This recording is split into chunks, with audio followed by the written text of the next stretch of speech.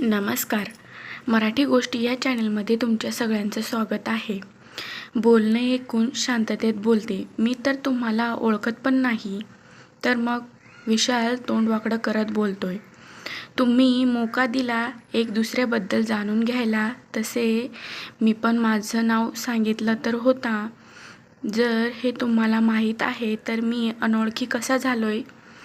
त्याचा असा बालिशपणा पाहून आकृतीला हसायला आले. ती हसतच बोलते, तुम्ही एकदम लहान वागता. ते पण फक्त एक फ्रेंडशिपसाठी.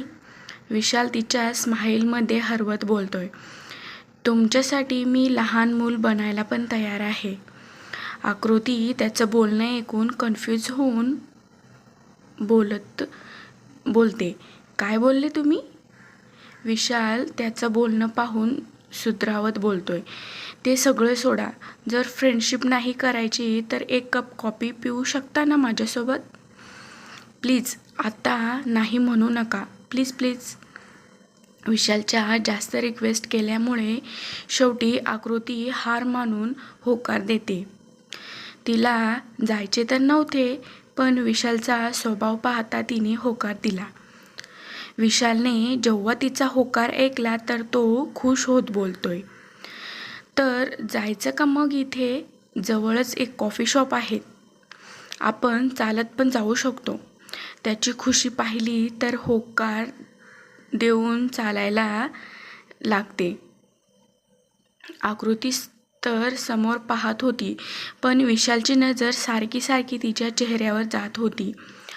तो तिला पाहत मनातल्या मनात स्माईल करत होता आणि बिलकुल टीनेजर बॉईजसारखं तिच्या पावलासोबत पाऊल टाकत चालत होता. आणि आकृती समोर पाहत शांततेत चालत होती. तेवढ्यात तिची नजर साईडला असलेल्या पाणीपुरीच्या ठेल्यावर जाते. तिचं मन तिथेच अडकून जातो. लहानपणीची आठवण, कॉलेजच्या फ्रेंड्ससोबतचा अड्डा आणि जेव्हा बाबा वरून रागवून बसायची तर तिचे बाबा तिच्यासाठी पाणीपुरी घेऊन यायचे, तिला मनवण्यासाठी. कधीकधी ती स्वतःच घरी पाणीपुरी बनवायची. आठवतच आकृतीच्या डोळ्यात पाणी येते. ती जेव्हापासून इथे आली होती तेव्हापासून तिच्या आयुष्यातील हे आनंदी क्षण हरवूनच गेले होते. तेवढ्यात विशाल आकृतीला पाहून तिकडेच पाहतो जिकडे आकृती पाहत असते. त्याला आज पण आकृतीच्या डोळ्यात तेच दुःख दिसतो जो त्या दिवशी त्याने क्लबमध्ये पाहिला होता. पण त्याला कारण अजून पण समजलेलं नव्हतं. तो आकृतीला पाहून बोलतोय, तुम्हाला वाटत असेल तर आपण कॉफीच्या जागी पाणीपुरी पण खाऊ शकतो, आपल्या फ्रेंडशिपला सुरुवात करू शकतो. हे ऐकून आकृती त्याच्याकडे पाहते. तो तिला जायचे इशारे करतो. आकृती होकार देऊन त्या गाडीकडे जाते. विशाल पाणीपुरीवाल्या भैयाला बोलून पाणीपुरी बनवायला सांगतो. आकृती विशालकडे पाहत बोलते, विशाल. विशालने जेव्हा आकृतीच्या तोंडून त्याचं नाव ऐकलं तर मान वळून हसत पाहतो. आकृती तिचा पुढचे बोलणे कंटिन्यू करत ॲटिट्यूडसोबत बोलते, तुला माहीत आहे का, पाणीपुरी खायचा एक रूल असतो? विशाल आकृतीचं बोलणं ऐकून एक्सायटेड होत विचारतो, हो का? कुठला? आकृती पाणीपुरी पाहून एक्सायटेड होत बोलते, जो पहिले थांबेल त्याला पैसे द्यायला लागतील. विशाल तिचं बोलणं ऐकून चकित होत बोलतो, मला नव्हतं माहीत का राज्याध्यक्ष खानदानाची सून एवढी कंजूस असेल म्हणून. आकृती त्याला रागात पाहत बोलते, दाखवल्यापेक्षा हे का नाही बोलत का तू घाबरलास म्हणून. आकृतीचं असं बोलणे ऐकून विशाल शर्ट स्लीव्ह वर करत बोलतोय, अशी गोष्ट आहे का? तर आज विशाल कुलकर्णी तुम्हाला जिंकूनच दाखवेल. आणि पाणीपुरी भैया वाल्याकडे वळत बोलतोय, चला भैया पाणीपुरी लावा. आकृती पण आता खूप एक्सायटेड झाली होती, कारण कितीतरी दिवसांनी ती तिच्या आयुष्यातील क्षण मनमोकळे जगत होती. आकृतीने पाणी तिखट बनवायला लावले होते. विशाल आणि आकृतीमध्ये कॉम्पिटिशनला सुरुवात होते.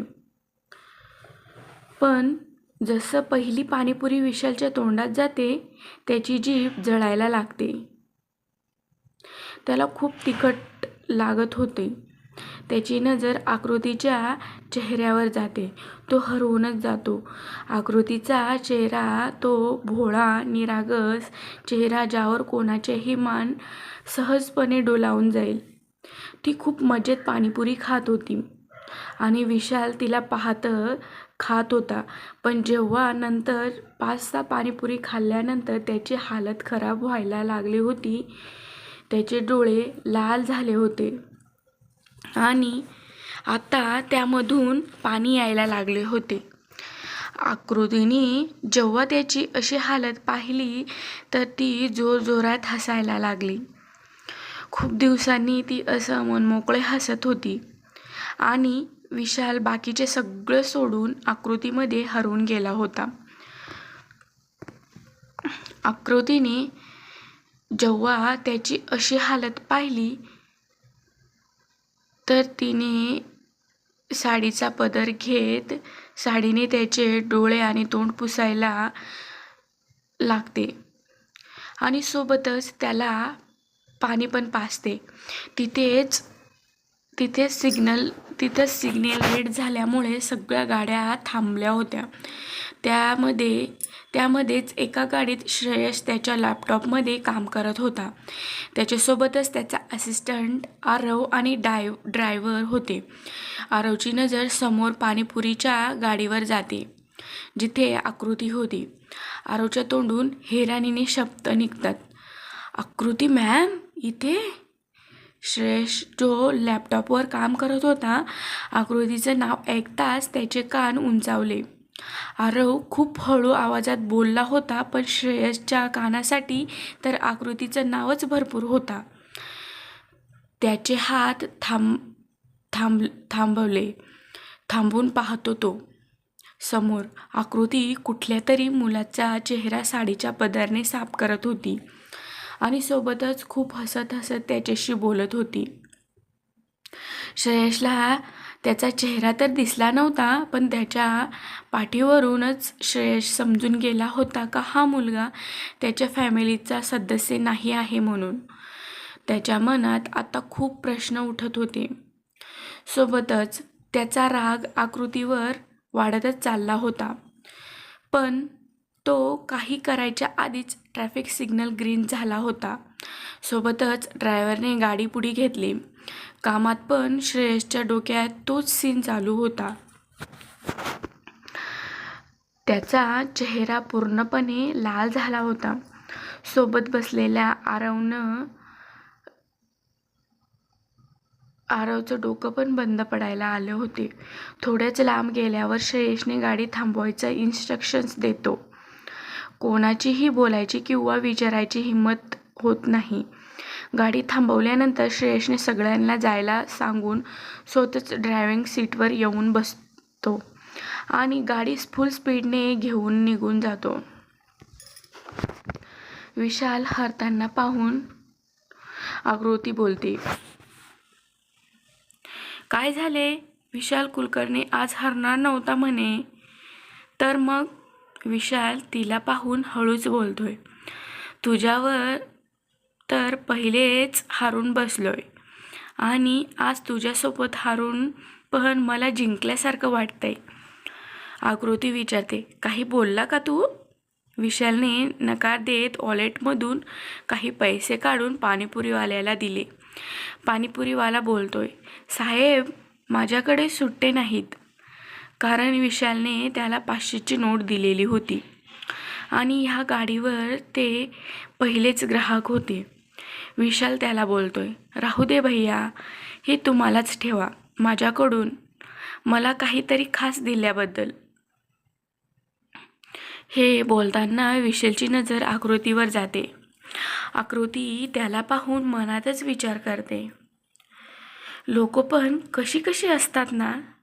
एकाला एवढा घमंड आहे आणि दुसऱ्याला पैसे असून पण त्याची कदर आहे. आकृतीला असं विचारात पडताना पाहून विशाल तिला आवाज देत बोलतोय, कुठं हरवल्या मॅडम? अजून कुठली कॉम्पिटिशन तर नाही ना? विशालच्या आवाजात भीती होती, ज्याला पाहून आकृती हसत बोलते, डोंट वरी, आजसाठी भरपूर झाले, उद्याचं उद्या बघू. आकृतीचं बोलणं ऐकून विशाल बोलतोय, क्या बात है, मी तर फक्त आजच भेटायचा विचार केला होता, तुम्ही तर उद्याचा पण विचार केला, वाव. आमची कंपनी आवडायला लागली वाटतं तुम्हाला. विशालचं असं बोलणं ऐकून आकृती त्याच्याकडे पाहत बोलते, जास्त पुढचे विचार करायची तुमची सवय आहे. तसे पण आता खूप लेट झाले, आत्ता मला जायला पाहिजे, बाय. एवढं बोलते आणि आकृती गाडीकडे जायला निघते. तर विशाल काहीतरी विचार करून पळतच तिच्याकडे जातोय. तसे पण तुम्ही मला उत्तर नाही दिले. आता तर मला पण वाटतं का त्या क्लबची मेंबरशिप घ्यायला लागेल. त्याचं बोलणं ऐकून आकृती हलकी स्माईल करते आणि विचार करत बोलते, तसे पण आयडिया वाईट नाही आहे, यू शुड ट्राय. एवढं बोलून आकृती गाडीच्या जवळ येते, जिथे ड्रायव्हर तिची वाट पाहत होता. ड्रायव्हरने जेव्हा आकृतीला येताना पाहिले तर मागचा दरवाजा ओपन करून उभा राहतो. आकृती एक नजर मागे वळत विशालला पाहते. तो जो तोंड फुगवून तिलाच पाहत होता. ती गाडीत बसण्याऐवजी विशाल जवळ जात हात पुढे करत प्रेमाने बोलते, मिस्टर विशाल कुलकर्णी, तुम्ही माझ्याशी फ्रेंडशिप करणार काय? आकृती बोलते का विशालचा तर खुशीचा ठिकाणा नसतो. त्याला समजतच नव्हतं का काय बोलावं. फक्त तो आकृतीच्या हातात हात मिळवत बोलतोय, हां नक्की. हे ऐकून आकृती हसायला लागते आणि लगेच विशालच्या हातातून हात मागे घेत बोलते, ऑल राईट, आता चल मी जाते, आजोबा वाट पाहत असतील, बाय. विशाल खुशीत बाय बोलतोय. आकृती पण लगेच गाडीत बसून निघून जाते. विशाल तर हवेतच उडायला लागला होता. तो तर एवढा खुश झाला होता की जवळपासच्या लोकांना मिठी मारून हग करून त्यांना बोलत होता, ती माझी फ्रेंड झाली, ती माझी फ्रेंड झाली, ती माझी फ्रेंड झाली. विशाल कदाचित खुशीत पागलच झाला होता. तर दुसरीकडे आकृती घरी पोहोचून गेली होती. तिला आज जुनी लाईफ जगून चांगले वाटले होते. हाच खुशीत मग्न होऊन सगळ्यांसाठी ती जेवण बनवते आणि सगळ्यांसोबत हसत हसत डिनर करते. सगळं काम संपवून जेव्हा ती रूममध्ये येते तर तिची नजर रिकाम्या रूमवर जाते. तिला श्रेयसची आठवण येते आणि सोबतच सकाळचं श्रेयसचं वागणं पण आठवतं. ती उदास होऊन एक नजर घड्याळात पाहते. खूप वेळ झाला होता. श्रेयस अजून पण घरी आला नव्हता. आकृतीला वाटलं का काहीतरी त्याची कायमची सवय आहे. जेव्हा यायचे असेल तेव्हा येईल. एवढा विचार करून ती फ्रेश होऊन सोफ्यावर झोपायला जाते. पण तिच्या डोळ्यात झोपच नव्हती. तिचं लक्ष सारखं समोर असलेल्या खाली बेडवर जात होता. काही दिवसापासून तिला श्रेयसला बघायची सवय झाली होती. आकृती खूप वेळेपर्यंत श्रेयसची वाट पाहत होती. पण श्रेयश आला नव्हता. वाट पाहताच आकृतीचे डोळे लागले.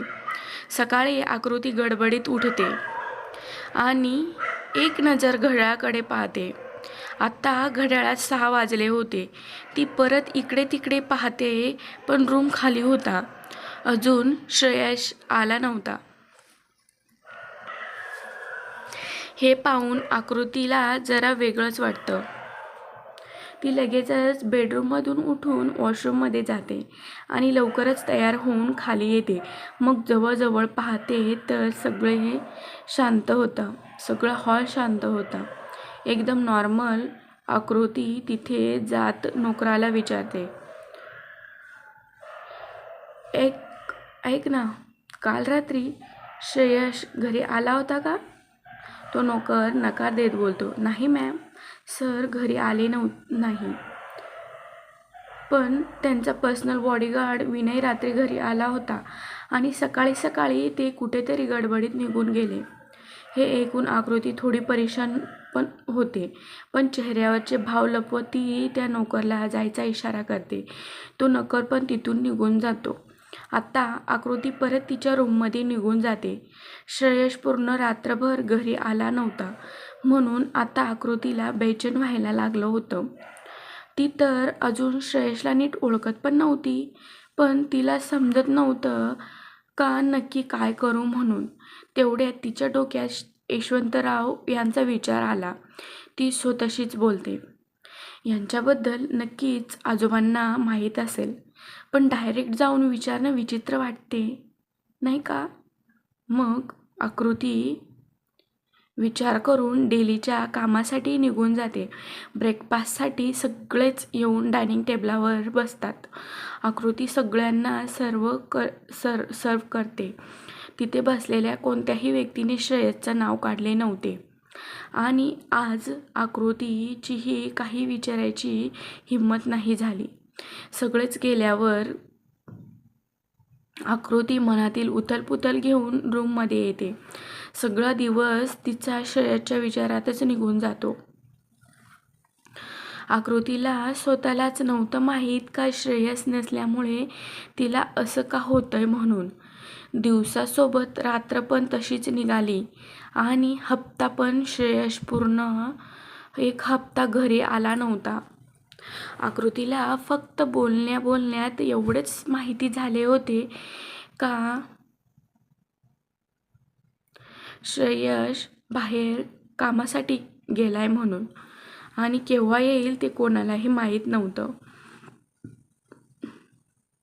तिला श्रेयसची खूप काळजी वाटू लागली होती, पण तिने ही गोष्ट मनातच ठेवली आणि कोणालाही काहीच नाही सांगितलं.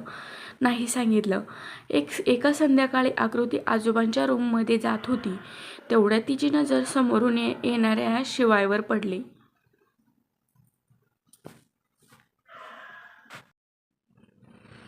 मी आशा करते का हा भाग तुम्हाला आवडला असेल तर प्लीज लाईक करा, शेअर करा आणि माझ्या चॅनेलला सबस्क्राईब नक्की करा. थँक्यू. धन्यवाद.